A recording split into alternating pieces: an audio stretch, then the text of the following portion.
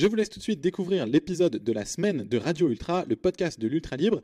Et puis, le podcast sera coupé.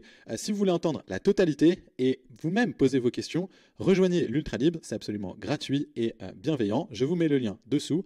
Je vous laisse tout de suite avec l'épisode. Radio Ultra, l'épisode et le podcast de l'Ultra Libre, épisode 5. Fréquence de course, dois-je me forcer à m'approcher des 180 pas par minute? Y a-t-il un lien entre foulée aérienne, terrienne et la cadence? Que dit la science et l'instinct? Deuxième question, la prévention des blessures et le fait de courir pieds nus, est-ce qu'il y a un lien ou pas? Troisième thème qu'on abordera, c'est le sondage et la fréquence des dossards qu'on envisage pour 2024. Finalement, pourquoi est-ce que je vous ai posé cette question et comment interpréter les résultats? On verra un mot doux avec une citation de Roger Bannister que vous commencez à connaître parce que je l'utilise assez souvent. Qu'est-ce qu'elle nous dit? Bref, et quelques autres surprises. Alors c'est parti et on rentre dans le vif du sujet. Fréquence de course, dois-je me forcer à m'approcher des 180 pas par minute? Y a-t-il un lien entre foulée aérienne, terrienne et la cadence? Que dit la science et l'instinct? Et là, vraiment, on est dans un sujet qui est extrêmement vaste, un sujet très vaste, parfois polémique, et du coup, quelle est la valeur que potentiellement je peux essayer d'apporter ici, après tous les nombreux commentaires? Pour moi, ce sera en termes de posture, déjà de replacer la question avec un enjeu, c'est que pour moi, la foulée, c'est l'action qu'on répète le plus. C'est-à-dire que vous prenez en moyenne sur un ultra le nombre de battements cardiaques par minute que vous avez, il est inférieur à cette foulée. Les respirations, l'hydratation, le fait de s'alimenter, le sommeil, tout ça, ça a des fréquences qui sont inférieures à celles de la foulée. Donc même, j'irai plus loin en disant que toutes les autres fonctions, elles sont impactées et elles se font dans le cadre d'une foulée. Par exemple, le fait de se nourrir et donc de s'alimenter, c'est impacté par la foulée, notamment par l'oscillation verticale. Si on a une foulée qui nous fait faire ça et notre centre de gravité, il n'arrête pas il est sans cesse en train de bouger en hauteur et d'une amplitude assez importante, et plus on aura des difficultés, notamment à se nourrir. Donc je dirais, pour replacer la discussion, que c'est le thème potentiellement le plus important, parce que, ou du moins l'enjeu le plus important qui est celui de la foulée, parce que toutes les autres fonctions vont se faire dans le cadre et être impactées avant tout par cette foulée. Et la deuxième chose, c'est que comme c'est quelque chose qu'on répète le plus souvent, si on va gagner 1% d'efficacité et de performance sur un paramètre, si on le fait sur ce paramètre-là, sachant que c'est celui qui est le plus répété, on gagne 1% fois, disons, 180 par minute. Quand on va faire un effort de 24-30 heures, mais même si on fait un effort d'1 heure à l'entraînement, du coup ça prend toute son importance, et donc c'est là que ça a le plus d'impact. S'il y a 1% d'efficacité à gagner quelque part, le fait de le gagner sur sa foulée, ça a beaucoup plus d'impact que le fait de le gagner partout ailleurs. Donc ça, c'est pour l'enjeu. La deuxième chose, c'est qu'est-ce qui se passe et qu'est-ce qu'il y a une fois qu'on a dit foulée. Finalement, qu'est-ce qui se passe et pourquoi est-ce que c'est important? La première chose, c'est que ça va être la vitesse à laquelle on va absorber l'impact qui correspond à la pose du pied au sol. Qu'est-ce que j'entends par là? Typiquement, vous prenez une boule de pétanque, c'est une chose de la lâcher de 1 mètre du sol, boum, ça tape, ou c'est une autre chose de la poser délicatement sur le sol. L'impact va pas être le même, et si vous le faites dans du sable par exemple, vous lâchez de 1 mètre, vous voyez le trou que ça fait dans le sable, vous la posez délicatement dans le sable, ça fera pas le même trou. La vitesse de force d'impact. La deuxième chose, c'est la quantité du choc qu'on va devoir absorber. Et donc là, c'est un peu la taille de la boule de pétanque qu'on lâche. Est-ce qu'on lâche une grosse boule ou est-ce qu'on lâche une petite boule? En fonction de ça, il y a la quantité, on va dire, d'impact à absorber. 3, c'est quelle partie du corps va l'absorber. Parce qu'effectivement, si on a le pied qui va chercher très loin devant et qu'on a une foulée qui est très longue, donc une cadence a priori basse, puisqu'on va faire une grande foulée, versus si on a une cadence qui est très élevée, où on va potentiellement faire des petits pas et avoir plus de phase de freinage, on va avoir qu'une phase de propulsion. Phase de freinage, c'est quand on va, grosso modo, poser le pied et mettre du poids dessus devant notre centre de gravité. C'est ce qu'on appelle en anglais l'overstride. Le fait d'aller plus loin que son centre de gravité et de mettre du poids dessus, c'est ce qu'on appelle une phase de freinage. Donc hop, on passe du temps et aussi de l'énergie à faire cette phase de freinage. Et on voit que si on commence à taper le sol devant soi, c'est pas la même chose que si on rencontre le sol à la verticale de soi ou derrière soi. Et donc, ça a un impact sur quelle partie du corps va absorber le choc qu'on va avoir à chaque pas. L'autre paramètre qu'on voit, c'est que la foulée, elle évolue avec le temps. Elle évolue avec le temps en soi, avec son expérience dans la course à pied. Donc, plus on a d'expérience et plus sa foulée va évoluer avec l'expérience. Et d'ailleurs, par rapport aux commentaires, petite nuance, oui, les pros ont en général, et les meilleurs et les élites ont en général une foulée qui est on va dire de 180 ou dans l'intervalle 170-190. On parle souvent de 180 parce que c'est assez simple et en termes de fréquence, ça correspond à 3 Hz. Donc c'est pour ça qu'on entend 180-180. En vrai, c'est plutôt une amplitude entre 170 et 190. Donc plus on a d'expérience et plus on a de chance, c'est ce qu'on remarque, plus les coureurs sont expérimentés et plus leur cadence a de chances de se situer entre 170 et 190. C'est pas le fait d'être élite, c'est beaucoup plus le fait d'être expérimenté. Par défaut, comme les élites sont tous expérimentés, ils ont une plus grande chance d'être dans cette proportion-là. Donc avec l'expérience, ça change, mais peu importe le niveau. La deuxième chose, c'est que en fonction de la durée de son effort, la foulée elle va se modifier. Ça, il y a pas mal d'études qui ont été faites aussi sur l'ultra notamment. Plus on allonge les distances et plus on va être fatigué, plus il y a du dénive qui est passé, etc. Et plus notre foulée va se modifier. En général, pour aller avec une réduction du temps de vol, une augmentation de la cadence et le fait de faire des plus petits pas. Donc ça, c'est la quatrième chose. Et la cinquième chose, c'est que la foulée, ça a un impact sur la quantité d'énergie qu'on va mobiliser pour faire le même déplacement. C'est-à-dire à la même vitesse et la même distance, on va consommer moins d'énergie avec un certain type de foulée qu'avec un autre. Ou du moins, en fonction de sa foulée, on va avoir une consommation d'énergie qui est différente. Donc voilà pour la remettre en perspective. Donc on a vu, c'est l'action la plus fréquente. Donc si on va gagner 1% là-dessus, potentiellement, c'est là où le gain est le plus élevé. 2, ce qui se joue et ce qui est en jeu quand on descend d'un cran avec une foulée, c'est la vitesse à laquelle on va appliquer une force. 2, c'est l'importance de la force qu'on va appliquer. 3, c'est quelle partie du corps va l'absorber. 4, la foulée, elle évolue avec le temps, dans la vie et dans un effort. Et 5, c'est la consommation aussi d'oxygène. Donc voilà tout ce qui est en jeu, ou tous les paramètres, pour n'en citer que potentiellement les plus importants, qui vont se jouer. Derrière, je dis les plus importants, quand on fait, la vitesse à laquelle on absorbe l'impact, la quantité de choc qu'on impacte et quelle partie du corps va l'impacter, derrière, et c'est pour ça que c'est les plus importants, la combinaison de ces trois choses-là, c'est quelque chose qui a beaucoup d'influence sur les blessures. C'est-à-dire qu'une blessure, surtout sur le stress, une blessure de stress mécanique, c'est fonction de ça, de la force qu'on va mettre, la vitesse à laquelle on met cette force et quelle partie du corps va l'absorber. C'est ça qui potentiellement peut déclencher des usures et peut déclencher la majorité des blessures chez le coureur à pied. Donc voilà, pour remettre en perspective, les enjeux, c'est cela. Ce n'est pas simplement du gain de performance, c'est aussi de la prévention des blessures pour les raisons qu'on vient de mentionner. Maintenant, du coup, cette foulée. On pourrait se poser la question, et c'est ce que la science, on va dire, exclut. Encore une fois, je ne me cache pas derrière la clinique du coureur, mais plutôt je l'utilise parce que c'est quand même une référence en termes de synthèse de la recherche qui est faite sur ce thème-là et sur cette biomécanique de course. C'est que la première chose, c'est que ça ne dépend pas de ses caractéristiques anatomiques. C'est-à-dire que les études ont montré que vous ayez une jambe plus courte que l'autre, jusqu'à 2 cm, je crois, qu'on ait un pied plus grand que l'autre, la structure de son arche plantaire, que ce soit pied creux, pied plat ou pas, que ce soit en hallux valgus, qu'on ait les genoux valgus ou pas, qu'on soit en pronation, en supination, etc. Tout ça, a priori, n'a pas d'impact sur le risque de blessure. La deuxième chose, c'est que le type de sol n'a pas forcément d'impact sur le risque de blessure. Il n'y a pas sur la route, on va se blesser plus parce que ça tape plus, ou sur le chemin, on va se blesser moins parce que c'est plus doux.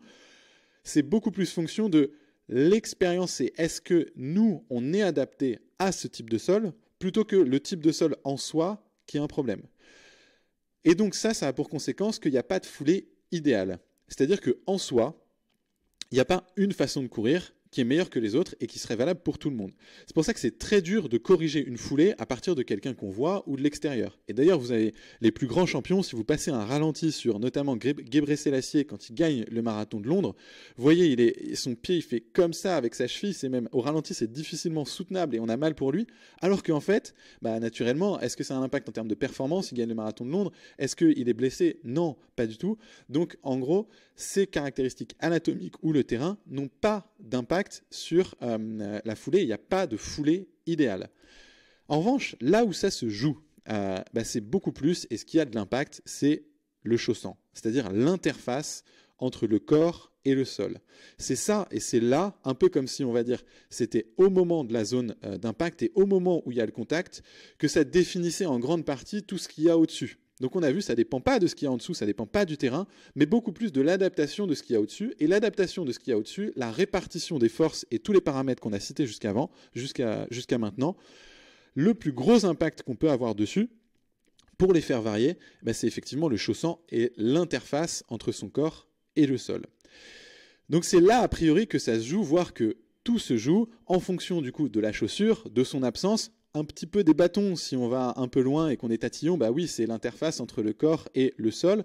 Maintenant, c'est tellement minime en termes de pourcentage de temps qu'on va passer relativement à l'entraînement, etc. Le pourcentage total de temps sur lequel on va utiliser les bâtons dans son entraînement total et dans sa course totale, il est pas négligeable, mais infime. Et en plus, le poids qu'on va mettre dessus, il est aussi infime par rapport à ce qu'on met sur les jambes. Donc c'est pour ça qu'on va se concentrer là-dessus. Donc le chaussant. Et ça, c'est un thème, et j'y reviens juste après. La deuxième chose que nous dit en termes de conclusion sur quels sont les effets qu'on peut avoir sur sa cadence et sur sa fréquence et la prévention des blessures, c'est que, a priori, d'après les études, la lecture qu'en fait la clinique du coureur, c'est que le fait d'augmenter la cadence jusqu'à l'intervalle 170-190 n'engendre pas de risque de blessure supplémentaire, voire dans certains cas, ça peut être bénéfique. En revanche, quand on fait artificiellement diminuer la cadence, là, les études montrent qu'il y a une augmentation du risque de blessure. Donc la conclusion qu'en fait la clinique du coureur, c'est de dire, si vous voulez augmenter votre cadence pour arriver dans cet intervalle 170-190, jusque-là, a priori, vous n'aurez pas plus de chances de vous blesser, mais vous donnez la chance de moins vous blesser. L'autre élément, c'est le fait qu'apparemment réduire le bruit qu'on va faire, et c'est vraiment du perçu, c'est-à-dire le bruit qu'on fait en courant.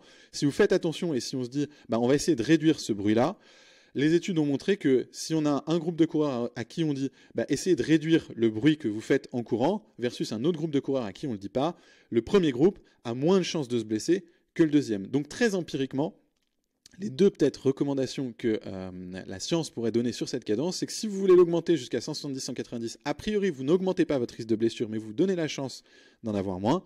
Et le deuxième, c'est que si vous vous concentrez sur faire moins de bruit, a priori, le résultat sera la même chose que quand vous essayez d'augmenter votre cadence. Maintenant, l'instinct. Moi, je vous donne un peu du food for thought, c'est-à-dire que je vous le propose et on verra ce qui se passe. La fréquence, et là je rejoins Marc, là-dessus c'est bien plus, on va dire, un résultat, c'est-à-dire une conséquence de quelque chose qu'on va changer notamment au niveau du chaussant, ou au niveau de son expérience, ou au niveau de la durée de l'effort, ou au niveau de sa vitesse, parce qu'effectivement en sprint on a une cadence qui est en général plus élevée sur des sprints très courts que sur du long maintenant. Donc ça c'est beaucoup plus une conséquence, la fréquence, que quelque chose qu'on peut changer en soi. Même si on l'a vu, si juste on se concentre sur la fréquence, toute chose égale par ailleurs, si on l'augmente jusqu'à a priori, on n'a pas de conséquences négatives, on se donne la chance que ça aille mieux. Ensuite, la deuxième chose que je vous dirais, c'est est-ce qu'il y a un antagonisme et est-ce qu'il faut opposer, et ça c'est souvent un sujet, minimalisme et le reste, chaussures, on va dire, traditionnelles. Non, et c'est ça aussi la dimension peut-être à découvrir, ou du moins que je trouve hyper intéressant, c'est qu'en fait on a un continuum. C'est-à-dire qu'est-ce que c'est que le minimalisme? Et ça a été défini, c'est des caractéristiques bien particulières sur une chaussure, il y en a 5, et en fait c'est pas, soit c'est du minimalisme, soit c'est pas du minimalisme, c'est plutôt une échelle et un gradient, et du coup en fonction de quelles caractéristiques, etc. Et là quand on va dans ce niveau de détail, on prend conscience de qu'est-ce qui se passe en fait sur cette interface et sur le chaussant, quel est l'impact que ça peut avoir sur la foulée et pourquoi et comment ça se modifie. Ça va être le fait que la chaussure soit malléable ou pas, flexible. Le deuxième, ça va être le drop, la différence artificielle qu'on met entre le talon et l'avant des pieds. Le troisième, c'est est-ce qu'il y a des technologies qui viennent contrôler ou du moins orienter la pose du pied sur le sol, ou au contraire, est-ce qu'il n'y en a pas et c'est une interface a priori proposée par la chaussure qui est plate. L'autre élément, ça va être le poids de la chaussure. Donc il y a 5 caractéristiques comme ça qui définissent ce que c'est qu'un minimalisme et du coup un spectre et un indice minimaliste. Et du coup, plus vous allez vous confronter à des indices minimalistes différents, plus vous allez avoir des réponses potentiellement sur comment est-ce que mon corps réagit à ces différentes choses-là. Et du coup, mon message ici, c'est que la fréquence, c'est bien plus un résultat. Fonction notamment et avant tout, le plus gros des paramètres, ça va être l'interface entre le sol et son corps, donc le chaussant ou son absence avec le pied nu. Mais du coup, et de dire il n'y a pas d'antagonisme entre d'un côté c'est le minimalisme et de l'autre ça l'est pas, c'est juste un degré différent et on voit les paramètres qui peuvent jouer. Voilà, et le dernier, c'est garder à l'esprit que dans tous les cas, sa foulée, elle va évoluer avec son expérience. C'est-à-dire si on commence la course, ou ça fait 10 ans qu'on court, ou dans 20 ans, si ça fait 30 ans qu'on court, notre foulée, naturellement, elle va évoluer. Elle évolue en fonction du dénivelé, elle évolue en fonction du terrain, elle évolue en fonction de la vitesse. Donc dans tous les cas, elle va évoluer. A fortiori en ultra, elle va évoluer. Donc rien que pendant l'effort, par sa durée. Donc voilà, casser aussi un dogme de dire il faut que je reste à ça et c'est ça la bonne option. Non, dans tous les cas, vous savez qu'elle va être modifiée et les paramètres à faire évoluer sur le chausson, c'est un indice, on va dire, minimaliste, et c'est beaucoup plus un gradient plutôt que binaire, soit je cours pieds nus, grosso modo, en toute éternité et de tout temps et pour toutes les distances, versus non, je suis en maximaliste avec ma paire de chaussures, quoi qu'il arrive, c'est tout le temps celle-là. Mais c'est ça un peu sur quoi, les paramètres sur lesquels on peut jouer, et on a vu ce qui était en jeu. Maintenant, si je devais me mouiller un petit peu plus sur ma recommandation ou qu'est-ce que moi j'en pense ou qu'est-ce que je vous dirais avec l'expérience que je peux avoir et qui, encore une fois, pas l'alpha et l'oméga, mais juste le remettre dans le contexte et moi, qu'est-ce que j'en pense, entre guillemets. La première chose, c'est quel est le problème qu'on veut résoudre ? Et placez-le dans votre contexte. Est-ce que vous commencez la course à pied ou pas ? Et là, c'est un peu ce qu'il y a derrière moi, et c'est un des tableaux que met en accès libre la clinique du coureur. En fonction de sa situation, est-ce que je suis blessé ? Est-ce que je suis blessé aigu ? Est-ce que je suis un coureur récréatif ? Est-ce que je suis débutant ? Est-ce que je suis compétiteur ? Etc. En fonction de tous ces paramètres, comment est-ce qu'on peut se positionner et aborder le thème du chausson ?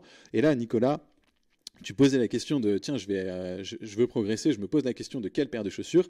Ça peut être un élément, on va dire factuel de la clinique du coureur qui permet de répondre à ça. Donc quel est le problème que vous voulez essayer de résoudre et dans quel contexte vous posez cette question de la foulée ? Est-ce que vous voulez corriger quelque chose parce que vous avez des douleurs ? Est-ce que vous êtes débutant ? Est-ce que vous voulez allonger les distances ? Est-ce que vous vous posez la question de la foulée parce qu'aujourd'hui vous y arrivez très bien et tout va bien sur 30 km, mais vous vous dites est-ce qu'il faut que je change quelque chose quand je veux faire 150 km, etc. Donc le premier truc, c'est quel est le problème que vous voulez résoudre ?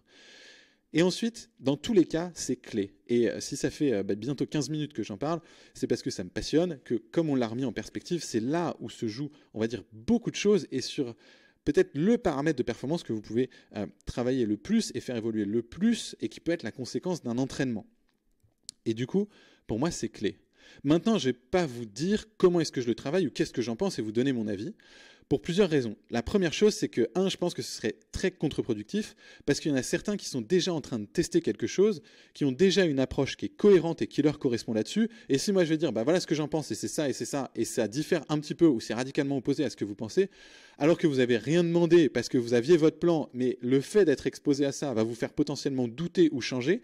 Et je ne veux pas prendre ce risque-là parce que pour moi, tous les chemins mènent à Rome. L'essentiel, c'est de trouver sa propre méthode. Et que du coup, si je vous donne quelque chose et si je vous donne une méthode, là, la partager, alors que, a priori, ce n'est pas quelque chose que vous cherchiez, mais que ça va remettre en question ce que vous faites, potentiellement, c'est contre-productif. Donc, je ne dis pas ce que j'en pense parce que c'est contre-productif. La deuxième chose, c'est que pour moi, il faut le remettre dans un contexte de qu'est-ce qu'on va chercher et comment on peut le faire. Et du coup, ça, non seulement l'analyse de sa situation perso, deux, les opportunités que peut nous représenter un changement de foulée, et trois, surtout, comment est-ce qu'on peut le faire progressivement, graduellement, est-ce que ça peut être d'un coup, comment, pourquoi ? En fonction de quoi ? Pour moi, ça ne tient pas en 20 minutes. Et surtout, c'est être dans une démarche et dans un positionnement qui est différent. C'est-à-dire, le fait de changer sa foulée, on l'a vu, c'est cœur, c'est clé, ça a des impacts en termes de performance, mais surtout en termes de prévention des blessures. Et du coup, c'est important. Et donc, les messages qu'on va entendre là-dessus et les conseils qu'on va recevoir, il faut vraiment faire attention et les remettre dans un contexte. Et du coup, c'est pour ça aussi que je ne vous partage pas là ce que j'en pense. Par contre, c'est ce que je partage dans le club, du coup, et c'est parce que dans le club, c'est à l'intérieur de l'Ultra Libre, le lieu de la transformation où vous dites, je veux faire potentiellement une transformation, changer quelque chose, soit allonger les distances, soit les faire différemment.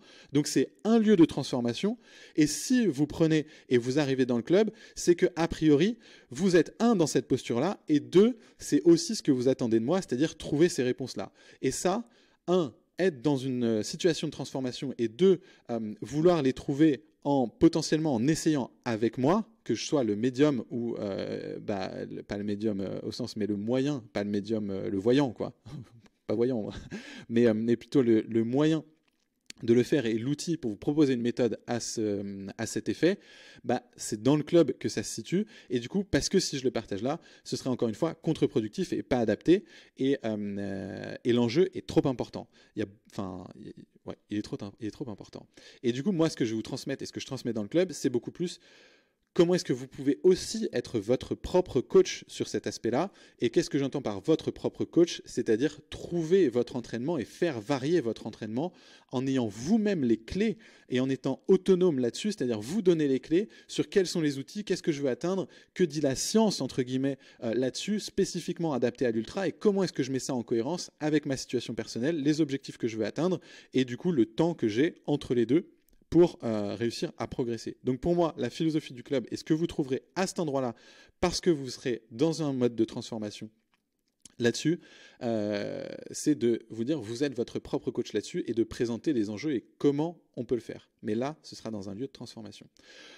On passe à la deuxième question, la prévention des blessures et le fait de courir pieds nus. Voilà, c'est un peu brutal, mais voilà où est coupé l'épisode de la semaine. Si vous voulez retrouver la totalité, encore une fois, c'est très simple et c'est gratuit. Il suffit de cliquer sur le lien en dessous. Vous aurez 2 pages. La première, nom, prénom, adresse mail et puis un mot de passe pour créer votre propre espace. La deuxième, une photo et une petite ligne de bio. Et ensuite, vous arriverez sur le groupe. La totalité des épisodes, toutes les semaines, la possibilité de poser vos questions et aussi un premier contenu de formation sur comment aborder l'ultra, une proposition. Tout ça, c'est gratuit. Vous le retrouvez dans l'Ultra Libre. Le lien est dessous. Au plaisir de vous y retrouver. Et à très vite. Merci.